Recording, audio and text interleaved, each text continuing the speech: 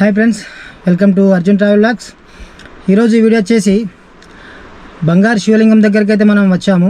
ఇది జయశంకర్ భూపాలపల్లిలో ఉంది. ఈ వీడియోలో మీకు శివలింగం ఎక్కడుంది, మనం ఎలా వెళ్ళాలి, ఇక్కడ ప్రత్యేకత ఏంటనేది పూర్తి వివరంగా అయితే నేను ఈ వీడియోలో అయితే చెప్తాను. సో వీడియోని ఎక్కడ స్కిప్ చేయకుండా లాస్ట్ వరకు చూడండి, చాలా బాగా ఉంటుంది. వీడియో చాలా బాగా వచ్చింది. వీడియో నచ్చితే కనుక వీడియోని లైక్ చేయండి, కమెంట్ చేయండి, ఛానల్ మాత్రం సబ్స్క్రైబ్ చేసుకోవడం మాత్రం మర్చిపోకండి. Thank you friends. పదండి వెళ్దాం. శ్రీ రమణానంద మహర్షి ఆశ్రమం ఇదే మీకు కనిపిస్తుంది కదా. ఈ ఆశ్రమం యొక్క ఎంట్రన్స్ ఇది. మనం ఇక్కడ నుండి లోపలికి వెళ్ళాలి. లోపలికి వెళ్దాం. లోపల స్టార్టింగ్లోనే మనకు 2 గుళ్ళు అయితే మనకు కనిపిస్తున్నాయి, లెఫ్ట్ సైడ్ రైట్ సైడ్. ఈ గుళ్ళు అవి చూసుకొని ఇంకా లోపలికి అయితే మనం వెళ్దాం. పదండి. మనం స్టెప్ బై స్టెప్ మీకు ఇక్కడ ఉన్న వాతావరణం ఏంటి, ఇక్కడ ఉన్న టెంపుల్స్ ఏమున్నాయి ఏంటనేది అన్నీ మీకు స్టెప్ బై స్టెప్ చూపించడానికి అయితే నేను ప్రయత్నం చేస్తాను. పదండి వెళ్దాం. మనం లోపలికి ఎంట్రన్స్ అవ్వగానే ముందుగా మనకు గ్రామ దేవతలు అయితే మనకు ఇక్కడ మనం టెంపుల్ అయితే నిర్మించారు. ఇందులో మనం రైట్ సైడ్లో అయితే శ్రీ మారెమ్మ, శ్రీ ఎల్లమ్మ దేవాలయాలు ఉన్నాయి. రైట్ సైడ్లో అయితే పోచమ్మ ఉంది, ఇంకా పోలేరమ్మ, 2 దేవాలయాలు ఉన్నాయి. సో ఈ దేవాలయాలు చూసుకొని మనం శివాలయం లోపలికి అయితే అక్కడికి వెళ్దాం. అక్కడ చాలా అయితే శివలింగాలు అయితే ప్రతిష్ఠించారు. అందులో 12 జ్యోతిర్లింగాలు కూడా ఉన్నాయని చెప్పి అంటారు. అది కాకుండా 3 అడుగుల బంగారు శివలింగం అయితే ఉందని చెప్పి ఇక్కడ ప్రసిద్ధి. శ్రీ రమణానంద మహర్షి అయితే నిర్మించిండు. సో చూద్దాం మనం వెళ్ళి. స్టార్టింగ్లోనే దేవాలయాలు అయితే చాలా అద్భుతంగా శ్రీ రమణానంద మహర్షి కట్టించాడు. ఇంకా లోపల ఎన్నో వందల శివలింగాలు అయితే ఉన్నాయంటున్నారు. ఆ శివలింగాలతో పాటు బంగారు శివలింగాన్ని కూడా మనం చూద్దాం. పదండి, మనం ముందుకు వెళ్తూ మాట్లాడుకుందాం. ఆశ్రమం కనుక సో రమణానంద మహర్షి నిర్మించిన కనుక సో ఇక్కడ అంతా చూడటానికి అయితే ఎక్దం ఆహ్లాదకరంగా, అంటే చాలా అద్భుతంగా అయితే అనిపిస్తుంది. చాలా బ్రహ్మాండంగా ఉంది. లోపలికి ఎంట్రీ చేసిన తర్వాత వెళ్తూ ఉంటే మనకు ఏదో అనుభూతిని పొందినట్టుగా అయితే అనిపిస్తుంది. లోపలికి అయితే చాలా ప్రశాంత వాతావరణంలో ఇక్కడ ఏ మాటలు లేకుండా, అంత ఏ అలజడి లేకుండా అయితే చాలా ప్రశాంతంగా అయితే ఇక్కడ మనకు కనిపిస్తుంది. చూడండి, ముందుకు వెళ్తూ ఉంటే ఇందులో 1500కు పైగా శివలింగాలు ప్రదర్శించారు. దాంతోపాటు ఒక 9 అడుగుల శివలింగం, అంటే ఒకే రాయితో చేసిన శివలింగాన్ని కూడా ఇక్కడ నిర్మించారు. సో దాన్ని కూడా మనం చూద్దాం. సో మనం ముందుగా మీకు కనిపిస్తుంది కదా, ఇది ఏకశిల శివలింగం అవుతుంది. సో ముందుకెళ్తూ మనం చూద్దాం.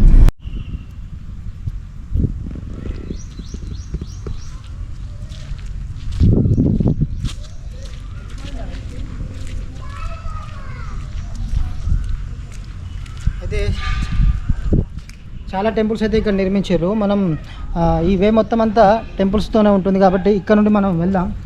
ఏమేమి టెంపుల్స్ ఇక్కడ నిర్మించారో ఆ టెంపుల్స్ అయితే మనం చూసుకుంటూ వెళ్దాం. మనం లోపలికి వెళ్ళే ముందు ఇక్కడైతే మనకు ప్రతి ఒక్కళ్ళు వచ్చే విజిటరు కాలు కడుక్కోవడానికి అయితే మనకు ఇక్కడ ట్యాప్స్ అయితే అరేంజ్ చేశారు. వెహికల్స్ అనేవి లోపల దాకా వెళ్ళడానికి వీలుండదు కాబట్టి అక్కడ మనకు పార్కింగ్ చేసుకోవడానికి పెద్దగా అయితే ప్లేస్ అవుతుంది. సో చూడండి, మనం ఈ శివలింగాన్ని దర్శించుకోవడానికి మొదటగా ఈ యొక్క ఎంట్రన్స్ అయితే ఉంది. సో ఎంట్రన్స్ నుంచి మీకు లెఫ్ట్ సైడ్లో రైట్ సైడ్లో కనబడుతున్నాయి కదా, అవన్నీ శివలింగాలే. ఇక్కడ యొక్క అంటే ఈ రమణానంద మహర్షి ఆశ్రమంలో ఏంటంటే ప్రతి 15 రోజులకు ఒకసారి, పౌర్ణమి రోజున, 30 రోజులకు ఒకసారి, ఏదైనా ఇట్లా కార్యక్రమాల రోజున ఒక 10 శివలింగాలు, 20 శివలింగాలు అలా ప్రతిష్ఠిస్తారు. సో 2020 నుంచి అయితే ప్రతిష్ఠిస్తున్నారు. ఇప్పటివరకు అయితే చాలా శివలింగాలు అయితే ఇక్కడ ప్రతిష్ఠించారు. చూడండి, చాలా అద్భుతంగా అయితే మనకు ఈ శివలింగాలు అయితే కనిపిస్తున్నాయి. చూడటానికి 2 కళ్ళు సరిపోవట్లేదు. 1500కు పైగా శివలింగాలంటే నేను అస్సలు నమ్మలేదు. మరి నిజమా కాదా అనుకోని డౌట్ పడ్డాను. కాకపోతే 1500 కాదు, ఎక్కువనే ఉంటాయి ఫ్రెండ్స్. ఇక్కడ లోపలికి అయితే వెళ్దాం, ఇంకా చూద్దాం. ఇంకా లోపల ఎన్ని దేవాలయాలు నిర్మించిందో, ఎన్ని శివలింగాలు శ్రీ రమణానంద మహర్షి మనకు విజిటర్స్ కోసం అయితే నిర్మించిండో చూద్దాం. లోపలికి వెళ్ళే ముందు అయితే మనకి ఇక్కడ అన్నదానం గురించి, గోసేవ గురించి ఎవరైనా విరాళాలు సమర్పించే వాళ్ళు కూడా ఇక్కడ చేయొచ్చని చెప్పాడు. మళ్ళీ ఇంకోటి ఇక్కడ రిజిస్ట్రేషన్ కౌంటర్ ఉంది. అదే కాకుండా 3 అడుగుల బంగారు శివలింగము, 12 జ్యోతిర్లింగాలు, పంచముఖ నాగేశ్వర అభిషేకము, కుంకుమార్చన, అన్నదాన కార్యక్రమాలు ఇలా చాలా ఉన్నాయి. మనం లోపలికి వెళ్ళడానికి కొంచెం ఏజ్డ్ పర్సన్స్ వస్తే కనుక వాళ్ళే ఒక వెహికల్ అయితే అరేంజ్ చేశారు. ఆ వెహికల్లో వాళ్ళని కూర్చునిపెట్టుకొని ఫ్యామిలీ అందరినీ ఈ యొక్క రమణానంద మహర్షి ఆశ్రమంలో అయితే మొత్తం తెంపి అయితే చూపిస్తున్నాడు. చాలా అంటే చాలా బాగుంది. అంటే మనం నడిచి మాత్రం ఇదంతా చూడలేము. ఇది కొన్ని వందల ఎకరాల్లో రమణానంద మహర్షి అయితే ఇవన్నీ నిర్మించింది కాబట్టి చూడండి. అమ్మవారి విగ్రహం అయితే చాలా బాగుంది. పాలరాతితో అయితే నిర్మించారు. 18 శక్తిపీఠాలు కూడా ఇక్కడ నిర్మించారు. చూడండి అమ్మవారి పక్కన లెఫ్ట్ సైడ్లో అయితే శివుడు, రైట్ సైడ్లో సాయినాథుడు అయితే సద్గురు సాయినాథుడు అయితే నిర్మించారు. చాలా బాగుంది. సో అదేవిధంగా 18 శక్తిపీఠాలు కూడా మనకు స్టెప్ బై స్టెప్ అయితే ఇక్కడ మనకు కనిపిస్తున్నాయి. చూడండి అష్టాదశ శక్తిపీఠాల్లో 18 శక్తిపీఠాలు స్టెప్ బై స్టెప్ అయితే మనకి ఇక్కడ నిర్మించారు. కింద అయితే మనకు ఆ పేర్లు కూడా మెన్షన్ చేసి పెట్టారు. 18 శక్తిపీఠాలతో పాటు ఇంకా అమ్మవార్లవి కూడా మొత్తం మనకు ఇక్కడ నిర్మించారు. ఈ యొక్క ప్లేస్ అంటే ఇక్కడ హోమం ఉంది. ఇక్కడ హోమం అమ్మవారికి పూజలు జరుపుతూ హోమాలు అనేవి ఇక్కడ జరిపిస్తున్నారు. చాలా అంటే చాలా బాగుంది. పీస్ఫుల్గా ఉంది. మైండ్ ఎక్దమ్ రిలాక్స్గా అంటే రిలాక్స్గా అయితే అనిపిస్తుంది. మీరు ఇప్పటివరకు అయితే ఈ టెంపుల్ అయితే ఈ యొక్క రమణానంద మహర్షి ఆశ్రమాన్ని విజిట్ చేయకపోతే కనుక కంపల్సరీ విజిట్ చేయండి. ఇది యాదగిరిగుట్టకు దగ్గరలో ఒక 15 కిలోమీటర్ల దూరం మాత్రమే ఉంది. యాదగిరిగుట్ట విజిట్ చేసుకొని వెళ్ళే మార్గంలో మీరు ఒక 1 అవర్ 2 అవర్ అట్లా టైం స్పెండ్ చేస్తే కనుక ఈ రమణానంద మహర్షి ఆశ్రమాన్ని చుట్టూ అయితే మీకు తిరిగి చూడొచ్చు. చాలా బాగుంది ఫ్రెండ్స్. నాకైతే చాలా పీస్ఫుల్గా అనిపించింది. చాలా బాగా అనిపించింది. చూస్తున్న కొద్దీ ఇంకా అవి కొత్తగా మనకు విగ్రహాల రూపంలో కానీ శివలింగాల రూపంలో అయితే మనకి ఇక్కడ దర్శనమిస్తున్నాయి. ఇవి అంటే ఎక్కడ కూడా అంటే ఆగిపోవడం లేదు. ఒకదాని మించి ఒకటి అద్భుతంగా అయితే ఇవి నిర్మించారు. చూడండి చాలా అంటే చాలా బ్యూటీ అంటే మనకి ఇది అందం కళ నైపుణ్యం అయితే చాలా చాలా బాగా అనిపించింది. ప్రతి ఒక్క విగ్రహము ఒక కళను అయితే మనకి ఇక్కడ చూపిస్తుంది. చాలా బాగున్నాయి. చూద్దాం. మీకు చూపించడానికైతే ప్రతి ఒక్క విగ్రహాన్ని చూపించడానికైతే ప్రయత్నం చేస్తున్నాను.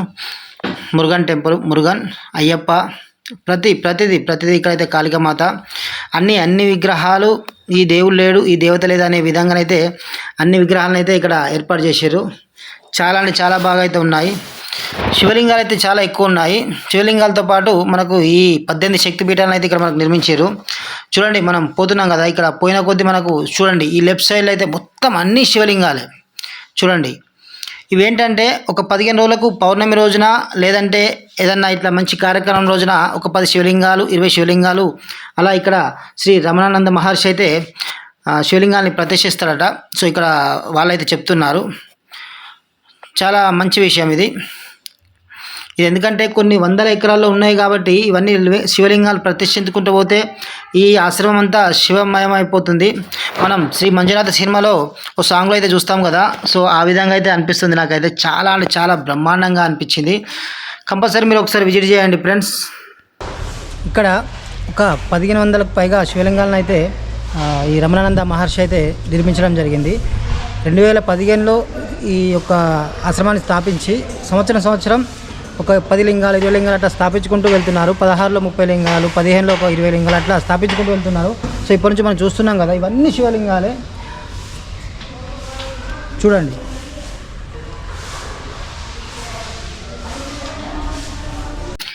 ఇప్పటివరకు అయితే 18 శక్తిపీఠాలు మరియు ఈ శివలింగాలు అయితే చూసుకున్నాం కదా.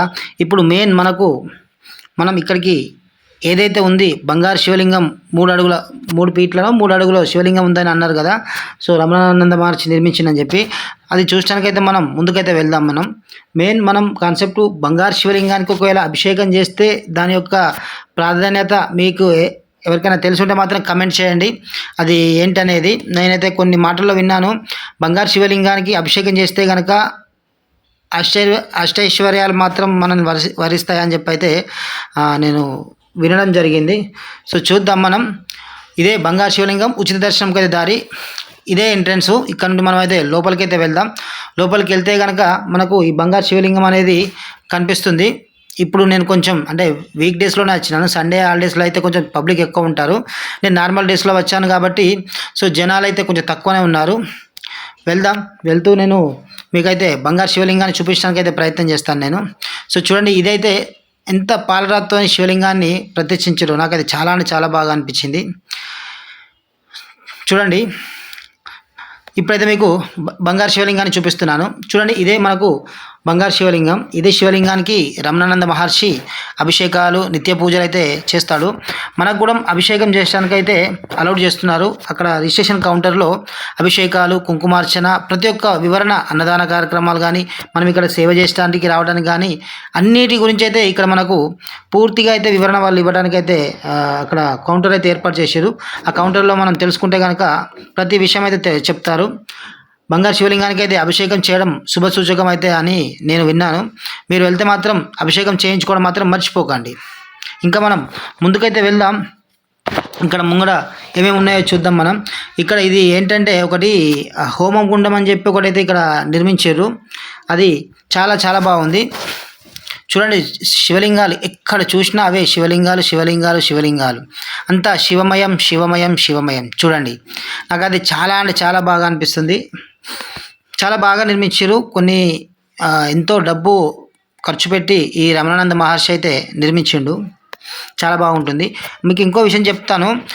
లోపలికి ఎంట్రీ ఫీజు అయితే ఏం లేదు. మనం ఎలాంటి రుసుము లేకుండానే మనం విజిట్ చేయొచ్చు, దర్శనం అయితే చేసుకోవచ్చు. చాలా బాగుంటుంది. మీరు ఇటు సైడ్ వస్తే కనుక కంపల్సరీ మర్చిపోకుండా మాత్రం ఈ బంగారు శివలింగాన్ని, ఇక్కడ ఉన్న శివలింగాన్ని దర్శనం చేసుకోండి. చూడండి, చుట్టూ కూడా ఆహ్లాదకరమైన వాతావరణంలో ఎక్కడ చూడు అంతా శివలింగాలతోనే మనకు కనిపిస్తుంటుంది. అంటే ఒక్కొక్క శివలింగానికి అక్కడ కింద కూడా కొన్ని రాసి పెట్టారు. అది కూడా మీకు నేను ఎక్స్ప్లెయిన్ చేస్తాను. సో ఇదే మీకు చెప్పాను కదా, ఇక్కడే ఇది హోమగుండము. ఇక్కడే అయితే మనకు హోమాలు అవి ఇక్కడ చేస్తారు. చూడండి, ఇప్పటికి ఇంకా అది హోమం ఇంతకుముందు అయిపోయినట్టుంది. ఇప్పటికి అది కాలుతూనే ఉంది. చూడండి, చాలా బాగుంది. హోమం చుట్టూ మనం అయితే చూద్దాం ఒకసారి. బాగా నిర్మించారు. అయితే అక్కడ కట్టెలు అవి వేసడానికి అయితే మనకు కొంచెం ప్లేస్ అయితే ఇచ్చారు. ప్లస్ కింద ఈ గేటు మనకు ఏదైతే కిటికీ టైప్లో ఉంది కదా, అది తీసుకొని మనకు విభూతి గురించి అయితే కూడా అక్కడ మనకు వీళ్ళు సేవ చేసే వాళ్ళు అయితే ఉన్నారు. ఒకవేళ అడిగితే మనకు అక్కడ ఇస్తున్నారు. నాకైతే బాగా అనిపించింది. ఇది చూసుకుంటున్నాను. ఇది చూసుకొని మనం ముందుకు వెళ్దాం. ముందుకు వెళ్ళి ఏకశిలా శివలింగాన్ని దర్శనం చేసుకుందాం. సో చూస్తున్నారు కదా, ఇదే ఏకశిలా శివలింగము. చాలా అంటే చాలా బాగుంది. ప్రపంచంలోనే ఎక్కడ లేని విధంగా ఏకశిలా శివలింగం ఇది. ఒకే శిలను తమిళనాడు నుంచి అయితే తెప్పించారు. తమిళనాడు నుంచి తెప్పించి ఈ శివలింగాన్ని అయితే నిర్మించారు. చూడండి, నాకైతే చాలా బాగా అనిపిస్తుంది. చాలా ఎత్తైన శివలింగం ఇది, పెద్దగా ఉంది. సో ఇంకా పక్కపంటి ఏదో కన్స్ట్రక్షన్ వర్క్ అది నడుస్తుంది. ఇంకా పూర్తిగా అయితే కాలేదు మేము వచ్చినప్పుడైతే. మీరు ఈసారి వెళ్ళినప్పుడు చూడండి, పూర్తిగా కంప్లీట్ అవి ఉంటుంది నాకు తెలిసి అయితే. ఇంకా అన్ని విధాలుగా అయితే మీకు చూడటానికైతే ఇక్కడ చాలా అంటే చాలా బాగా అనిపిస్తుంది. చూస్తూ చూస్తూ మనం వెళ్తే మనకు రెండు కళ్ళు సరిపోవట్లేదు. ఈ శివలింగాలను దర్శనం చేసుకుంటూ వెళ్తే మాత్రం చాలా బాగుంది. చూడండి ఫ్రెండ్స్, ప్రపంచంలోనే అతిపెద్ద ఏకశిలా శివలింగం అనేది ఇక్కడైతే ప్రతిష్ఠించారు. సో చూడండి, మీకు కనిపిస్తుంది. ప్రపంచంలోనే ఇక్కడ లేని విధంగా ఒకే శిలతోని తమిళనాడు నుంచి ఈ రాయిని అనేది తీసుకొచ్చి ఈ శివలింగాన్ని చెక్కి ఇక్కడ నిర్మించడం జరిగింది. సో ఇలాంటి అరుదైన శివలింగం ఇక్కడే కాదు, ప్రపంచంలోని కూడా మనకు ఎక్కడైతే కనిపించడానికైతే ఉండదు. సో ఇది అంటే అంత పవర్ఫుల్ అయితే మనకి ఇక్కడ రమణానంద మహర్షి అయితే నిర్మించారు. మోస్ట్లీ మనకి ఏంటంటే ఇక్కడ కనిపించేది 1500కు పైగా శివలింగాలు అనేవి అయితే ఇక్కడ నిర్మించారు. సో ఇక్కడ మనం చూస్తున్నాం కదా, సో ఇవన్నీ శివలింగాలే. అంటే వాళ్ళు మంత్రి బట్టి ఏదైతే కార్యక్రమాలు ఉంటాయో ఆ కార్యక్రమాన్ని బట్టి శివలింగాలన్నీ నిర్మిస్తారు. కొన్ని వందల ఎకరాలలో ఈ యొక్క 400 ఎకరాలలో ఈ యొక్క ఆశ్రమాన్ని నిర్మించి ఈ యొక్క శివలింగాలతో ప్రతిష్ఠించిండు రమణానంద మహర్షి. ఇక్కడికి వచ్చేవారు కూడా వాళ్ళు ఒక సేవాభావంతోనే వస్తూ 2 నెలల 3 నెలల అట్లా సేవ చేసుకుంటూ వెళ్తున్నారే తప్ప కానీ ఎవరు కూడా జీతం కోసం దేని గురించి అయితే ఆశించకుండా అయితే ఇక్కడైతే పనిచేస్తున్నారు.